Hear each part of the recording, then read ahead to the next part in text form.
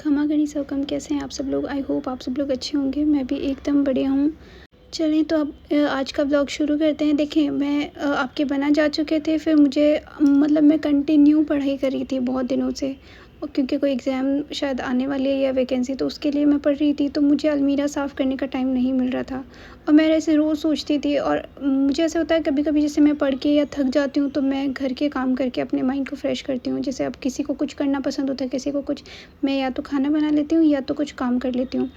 तो मैं यही सब सफाई करने के लिए स्टार्ट करी थी, तो मुझे ये एक पार्सल मिला था जो शायद आपके बनाने रख दिया होगा, क्योंकि देखिए अगर जैसे मैं कभी घर चले जाती हूँ या फिर हम दोनों ही चले जाते हैं और कोई पार्सल रिसीव नहीं करता, तो हमारे यहाँ या तो गार्ड रूम में रख दिया जाता है या फिर किसी गार्ड को दे दिया जाता है। तो ये शायद उसी टाइम का रखा हुआ था और मैं भूल गई थी इसको देखना ही, क्योंकि आपके बना रख के भूल गए और फिर मुझे याद भी नहीं रहा, मैंने पूछा भी नहीं। तो ये शायद मैंने कोई ऑर्डर किया था। ये आर्टिफ़िशियल ज्वेलरी थी जो ऑर्डर करी थी, अब ये कब आई पता नहीं मुझे। देखिए अब मुझे नहीं पता कि पहनना चाहिए कि नहीं पहनना चाहिए, लेकिन देखिए आजकल हर कोई पहनता है ये।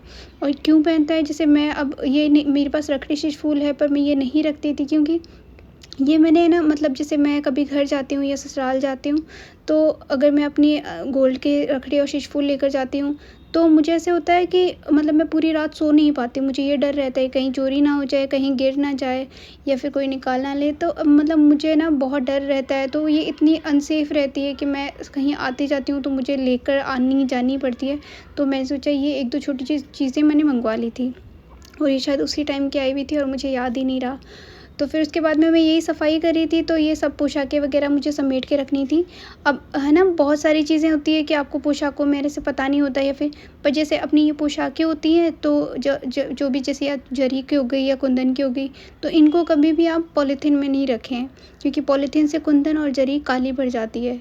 तो जब भी आप इनको पैक करके रखो तो या तो कॉटन की ओढ़नी में रख दो, या फिर अगर आपके पास ये प्लेन कपड़े आते हैं कॉटन के, तो आप उनमें पैक करके रख दो, क्योंकि ये ज़्यादा सही रहते हैं। ना तो इससे कपड़े ख़राब होते हैं, ना ही इसमें कोई मतलब जरी काली होती है या इनका काम वर्क ख़राब होता है, और सेफ़ भी रखी हुई होती है। अब इनके साथ मतलब कपूर तो मैंने पहले ही रख दी थी, तो मैं मतलब इनके साथ कपूर रख देती हूँ, जिससे कि छोटे-छोटे मतलब ना इसमें वाइट-वाइट जली वो नहीं आती क्या, बिल्कुल छोटे-छोटे जानवर ब्लैक-ब्लैक वाइट-वाइट वो हो जाते हैं, पता नहीं कैसे। यहाँ पे उमस ज़्यादा रहती है, और मतलब जैसे अगर आप देखो यहाँ पे सब्ज़ियाँ भी अगर लाते हैं, तो राजस्थान में सब्ज़ी इतनी जल्दी ख़राब नहीं होती। यहाँ पे अगर एक दिन से दूसरे दिन सब्ज़ी बाहर रह गई तो उनके ऊपर जैसे वाइट-वाइट फंगस आ जाती है।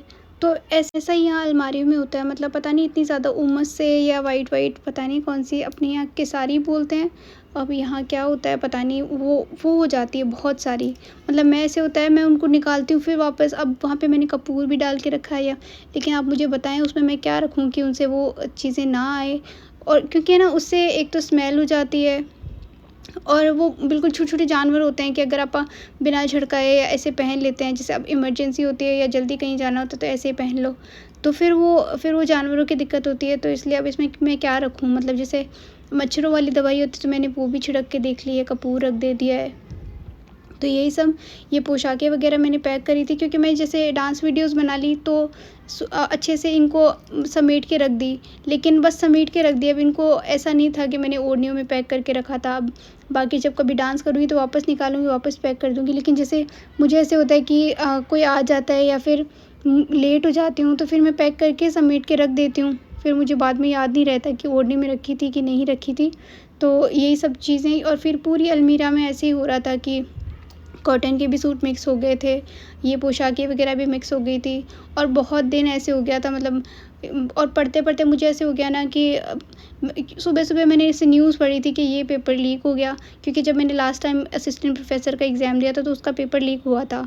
तो मतलब मुझे ऐसे हो गया कि कितनी मेहनत करूँगी मैं, मतलब जितनी मैं रोज़ करती हूँ, मैं हर एग्ज़ाम के लिए इतनी मेहनत करती हूँ, फिर उसके बाद में जैसे ही मैं एग्ज़ाम देकर आती हूँ, दूसरे दिन न्यूज़ में आ जाता है यहाँ पे लीक हो गया पेपर, या फिर यहाँ पे मतलब लोगों ने दिखा दिया, चीटिंग करवा दी। तो यही सब मतलब मैं ऐसे हो जाता है कि जो इंसान मेहनत करता है, जो 100 लोग मेहनत करते हैं उनमें से 90 लोग तो पास ही नहीं होते, और इनकी वजह से नहीं होते कि पेपर लीक हो गया, पेपर ये हो गया, पेपर वो हो गया। तो मुझे ऐसे होता है जब मैं फ्रस्ट्रेट हो जाती हूँ, या फिर पढ़ाई करके ऐसे हो जाता है कि बहुत ज़्यादा पढ़ाई कर ली, तो अब सब लोग अपने माइंड फ्रेश करने के लिए कुछ-कुछ करते हैं, मैं या तो सफाई कर लेती हूँ, जो कि पता नहीं होती कि नहीं, लेकिन मैं अपनी तरफ से सफाई कर लेती हूँ।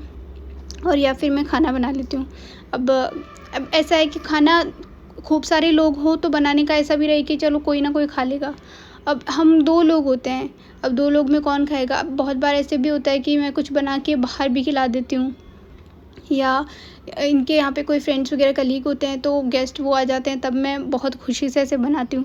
पर अब जैसे 2 लोग हैं तो मैं कितना क्या-क्या बनाऊँगी? तो इतना ज़्यादा नहीं होता। और फिर बस ये सब चीज़ें मतलब मैंने सारी अपनी इसकी कॉटन की ड्रेसेस अलग कर दी, पोशाकें वगैरह अलग कर दी और ये सारे सूट करके रख दिए अलग से। फिर ये मेरी छोटी-मोटी कुर्ती वगैरह थी जो मतलब मैं ट्रेन में या फिर कभी जैसे बस में अपर बर्थ पे सफ़र करती हूँ, तब मैं ये पहन के जाती हूँ, क्योंकि थोड़ा-सा सेफ़ भी नहीं होता। और मतलब ठीक है यार, मैं कुछ ऐसा-वैसा नहीं पहनती। अगर सलवार सूट है तो वो भी पूरे शरीर को ढकने वाले होते हैं, मैं वही पहनती हूँ। तो और मुझे ऐसा नहीं है कि वेस्टर्न जो पहनते हैं वो ख़राब होते हैं या अच्छे नहीं लगते। वेस्टर्न ड्रेसेस जिनको पसंद है वो पहनो। मुझे हालाँकि ऐसा नहीं है कि मुझे पीहर ससुराल में कोई मना करता है कि आप मत पहनो या ऐसा, मुझे कोई मना नहीं करता, लेकिन बस मुझे मेरी पसंद यही है कि मैं अपनी ड्रेस ज़्यादा पहनती हूँ। अब ये सलवार सूट वग़ैरह मैं तब पहनती हूँ जब से जैसे रात को जाती हूँ, तो ये सब छोटी-मोटी ड्रेसेस वग़ैरह और कुछ एप्रन वग़ैरह थे जो मतलब मैंने रखे हुए थे। जैसे बहुत ज़्यादा धूप में जाती हूँ तो वो एप्रन वग़ैरह पहन लो। ये सारे लहरिए और कॉटन के सूट हैं जो डेली वेयर के हैं, जो मतलब मैं रोज़ पहनती हूँ। अब यहाँ पे इतने ज़्यादा नहीं है, देखें आप ये बोलेंगे इतने से ही कपड़े हैं, नहीं मेरे बहुत सारे कपड़े हैं और मैं बहुत सारे लाती रहती हूँ, लेकिन वो सारे वहीं ससुराल रखे हुए हैं। क्योंकि यहाँ जितने हैं मतलब मैं जैसे जाती रहती हूँ, मैं जाती हूँ तो इनको रख के आ जाती हूँ, दूसरे ले आती हूँ, दूसरे रख के आ जाती हूँ, फिर और ले आती हूँ, तो ऐसे करके ये सारे मेरे जो घर पे पहनने लायक या ट्रेन वगैरह इनमें होते हैं, उनमें सफ़र करती हूँ तब मैं पहनती हूँ ये सब। तो ये वो सारी ड्रेसेस हैं।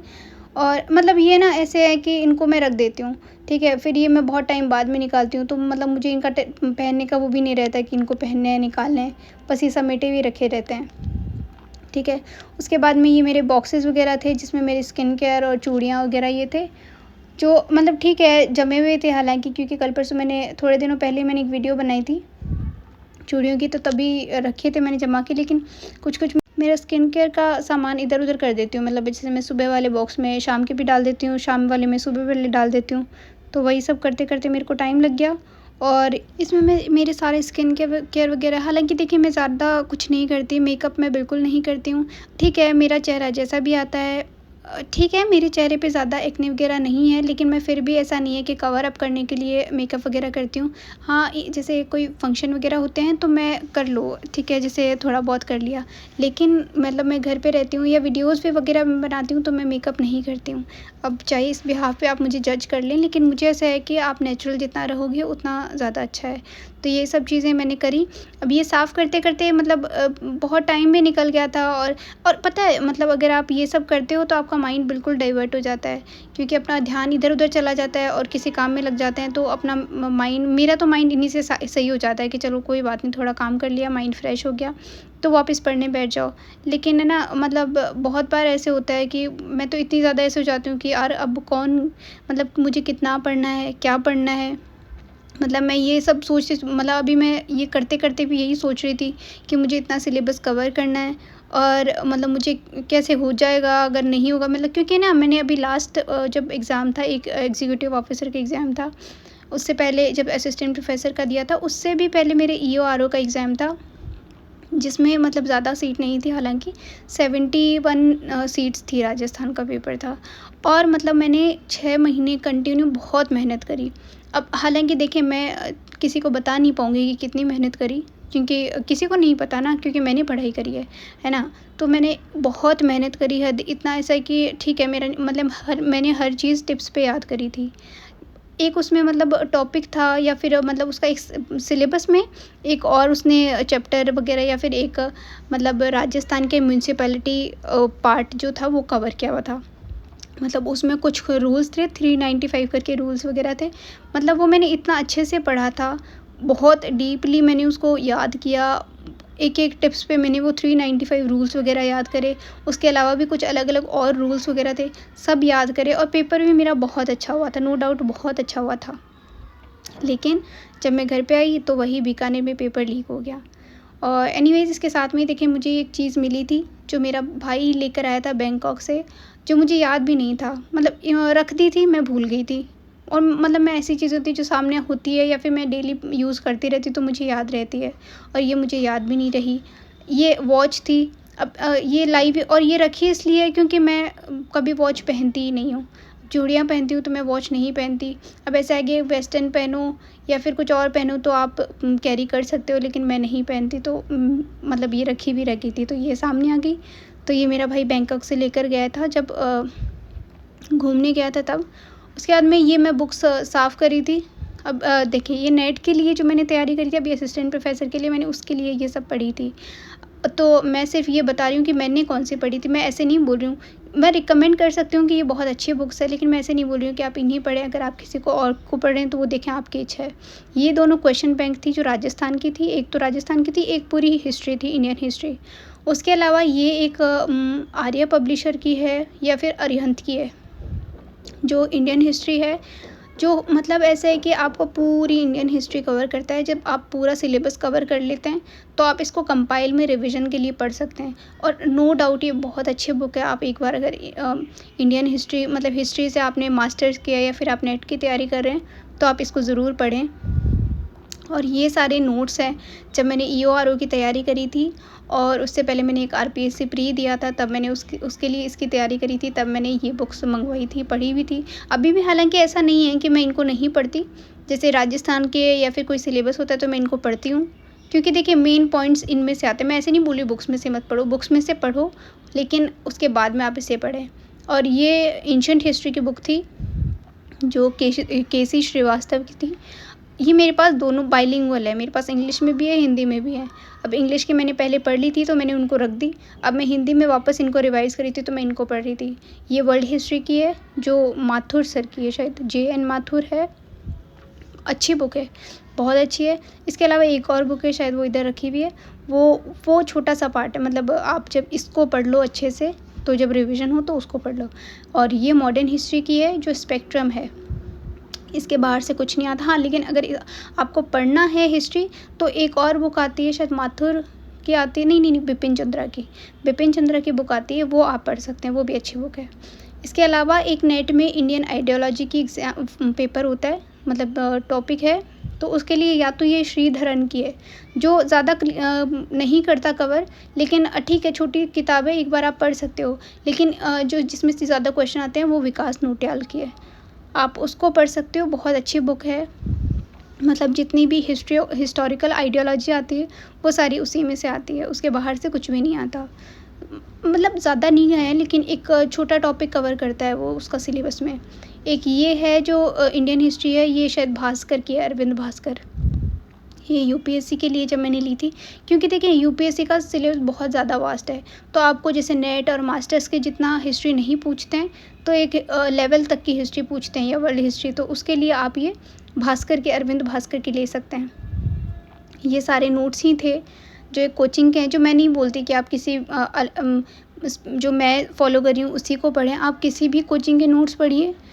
मतलब जैसे टाइम की बात होती है, कभी-कभी किसी कोचिंग के नोट्स अच्छे हो जाते हैं, कभी-कभी जब मैं पढ़ रही थी तो इस कोचिंग के थे, तो मैं आपको रिकमेंड नहीं करूँगी, क्योंकि उसके बाद में इस कोचिंग के नोट्स वगैरह ये फर्जीवाड़े में बहुत सारी चीज़ें इसके बारे में आई थी, तो मैं नहीं बोल रही। लेकिन यही सब चीज़ें, एक ये RS के सॉल्व पेपर थे, मतलब आप जब भी कोई एग्ज़ाम दें तो आप एक अच्छे लेवल की एग्ज़ाम के पेपर ज़रूर सॉल्व करके जाएँ। क्योंकि देखिए उससे, मैं ऐसे नहीं बोल रही कि उससे आपको मोटिवेशन ख़राब होएगा या आपका, मतलब आप बिल्कुल, अगर कोई पेपर नहीं निकलेगा या कोई क्वेश्चन नहीं आएगा तो आप बिल्कुल मॉरली डाउन हो जाओगे। मैं मतलब सिर्फ वो तब जब आप अपना स्कोर चेक करते होते हैं कि आपने कैसी पढ़ाई करी है, तो आप उस टाइम एक बार देख सकते हैं। और उसके अलावा ये दोनों जो थी, ये क्वेश्चन बैंक है। जब जैसे आप RPSC की तैयारी करते हैं या कोई भी राजस्थान लेवल की तैयारी करते हैं, तो ये दिशा पब्लिकेशन की हैं, जिसमें एक में राजस्थान हिस्ट्री कल्चर कवर करता है और एक में इकोनॉमी, पॉलिटी और ज्योग्राफी NCERT की है ना। NCERT जितनी भी हैं, उसके जितने भी डीप क्वेश्चंस हैं वो सारे इसमें आ जाते हैं। आप जब भी, मैं ऐसे नहीं बोल रही आप नेट की या किसी की तैयारी, आप किसी भी राजस्थान के पेपर की तैयारी करें, आप ये क्वेश्चन बैंक सॉल्व कर सकते हैं, बहुत अच्छी है। एक ये इंडियन पॉलिटी है, जो मतलब मुझे ऐसे लगता है कि पूरी इंडियन पॉलिटी इसमें कवर हो जाती है, इसके बाहर से कुछ नहीं आता। आप और ऐसा नहीं है कि आप इसको एक बार में पढ़ लोगे, नहीं, आप इसको जितनी बार पढ़ोगे उतनी बार कुछ नया सीखोगे। तो आप इसको पढ़ सकते हो, बहुत अच्छी बुक है। मतलब अब देखें यार, वो सबका अपना-अपना पढ़ने का तरीका होता है। जिसको किसी को कोई बुक अच्छी लग जाती है, हो सकता है कि पॉलिटी में, लेकिन मुझे ऐसा लगता है लक्ष्मीकांत की बुक से बाहर कुछ नहीं आता।